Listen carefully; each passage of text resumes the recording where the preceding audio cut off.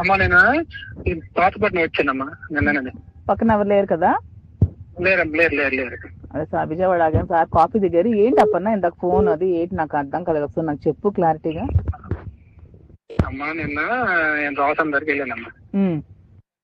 దోసం దగ్గరికి వెళ్తే ఏట్రా మీ వాడు రెచ్చిపోతున్నాడు, మరి ఇలాగెలాగ ఉండదురా, మరి ఇక్కడ నరసన్నపేట దాటి వెళ్ళలేడు, ఈయన పైలు వెళ్ళిపోతే వెళ్ళిపోవాలి కానీ మేము అందరం కొడేస్తాంరా అనేసి అన్నాడు. అయితే మరి నేనేం చేస్తానన్నా అనేసాను నేను. అనేసిన తర్వాత అక్కడ ఓ ఎంపీపీ పోలాకి ఎంపీపీ ఆయన ముద్దాడ బైరగి నాయుడు ఆరంగి మురళి ఏదైనా ఇడము అని చెప్తున్నారు. కొడతారు అంటే మరి రేట్ లేదమ్మా, కొడతారు కొడతారు అని ప్లాన్ చేస్తున్నారు బాగా.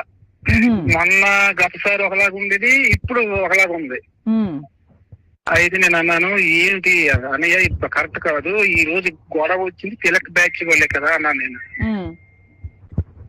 అంటే అదే నీకు తెలుసు అనేసాడు. అయిన తర్వాత సరేలే మనం ఊరుకుందా, సార్కి ఒక జాగ్రత్తగా ఉండమన్నా చెప్తున్నా నేను ఇందాక ఫోన్ చేసి చెప్పాను. ఈ ఇన్ఫర్మేషన్ అయితే పక్క కొట్టడానికి అయితే ప్లాన్ చేస్తున్నారు, ఇదైతే పక్క ప్లాన్ చేస్తున్నారు. తర్వాత ఇంకొక విషయం కూడా నాకు 2:30 తర్వాత నిమ్మ నుంచి మా ఊరు నుంచి మళ్ళా ఒక న్యూస్ వచ్చింది. ఎలాగైనా శ్రీనికి నిమ్మాడ్ జంక్షన్ లో కొట్టడానికి ప్లాన్ చేస్తున్నాను. నరసన్నపేట కానీ లేదా నిమ్మాడ కానీ, ఇది నిమ్మాడ హైవే ఎగ్జాక్ట్. మరి మంత్రి వచ్చినాడు వాళ్ళు కూడా. నరసన్నపేట అంటే కృష్ణదాస్ వాళ్ళు. మరి కృష్ణదాసు నాకు కింజరా పప్పన్న ద్వారా కబురు పెట్టాడు, ఈరోజు హైదరాబాద్ నుంచి చూస్తున్నాడు కదా, దమ్ముంటే రమ్మను, చంపేస్తాం, అటాక్ చేస్తాం, నరికేస్తామని చెప్పారు. సరే మీరేం చేస్తారో.